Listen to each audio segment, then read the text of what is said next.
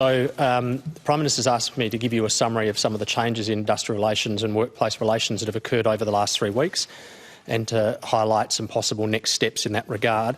So behind the scenes, in a quiet and cooperative way, there have been a series of reforms to modern awards and the IR system. That's been done cooperatively and quietly, but it has been utterly critical to saving what I believe to be tens of thousands of jobs.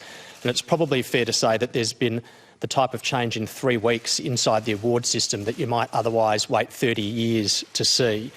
The reform has been temporary. It's meant to last for as long as this crisis lasts. It's critical, and ultimately it's been incredibly cooperative. So there are 121 modern awards. There have been very significant changes to 3. Restaurants, hospitality and what's known as the Clerks Award. Now, whilst that's only 3 of 121, they cover about 2 million workers. These have been applications by agreement between the employers and the unions in each of those sectors, and they've been approved in record time by the Fair Work Commission. And the changes to those 3 awards have meant things like this, that an individual worker who was performing one type of duty in one type of classification can go and move and perform another type of duty in another type of classification. They have facilitated working from home arrangements. So remarkably, some of the awards were so inflexible that it was actually unlawful to work from home, of which, of course, there is a great amount occurring in Australia at the moment. They've also allowed for, by agreement, things such as taking longer durations of annual leave at reduced rates. Those types of changes are absolutely critical. They would have saved tens of thousands of jobs. It's not a matter of the government claiming credit for those changes. We are here to thank the parties that have facilitated those changes.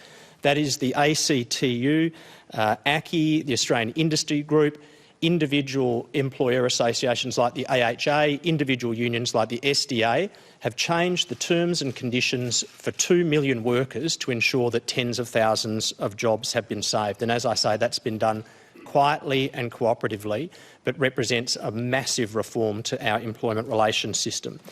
Some next steps that are to be undertaken, and I should congratulate the President of the Fair Work Commission, Ian Ross, for his remarkable work in facilitating those changes that I've just described. And using his own motion power in the Fair Work Commission, it's proposed that all 103 of the 121 modern awards will be changed to allow for 2 changes across 103 awards. The first is for 2 weeks of unpaid pandemic leave for all employees. And the second across those 103 awards is the allowing of the taking of double the duration of leave at half the pay. Now, you can see how those common sense changes would allow the flexibility in a number of businesses, which flexibility could well make the difference between survival of the business and preservation of the jobs, or the failure of the business and the loss of the jobs.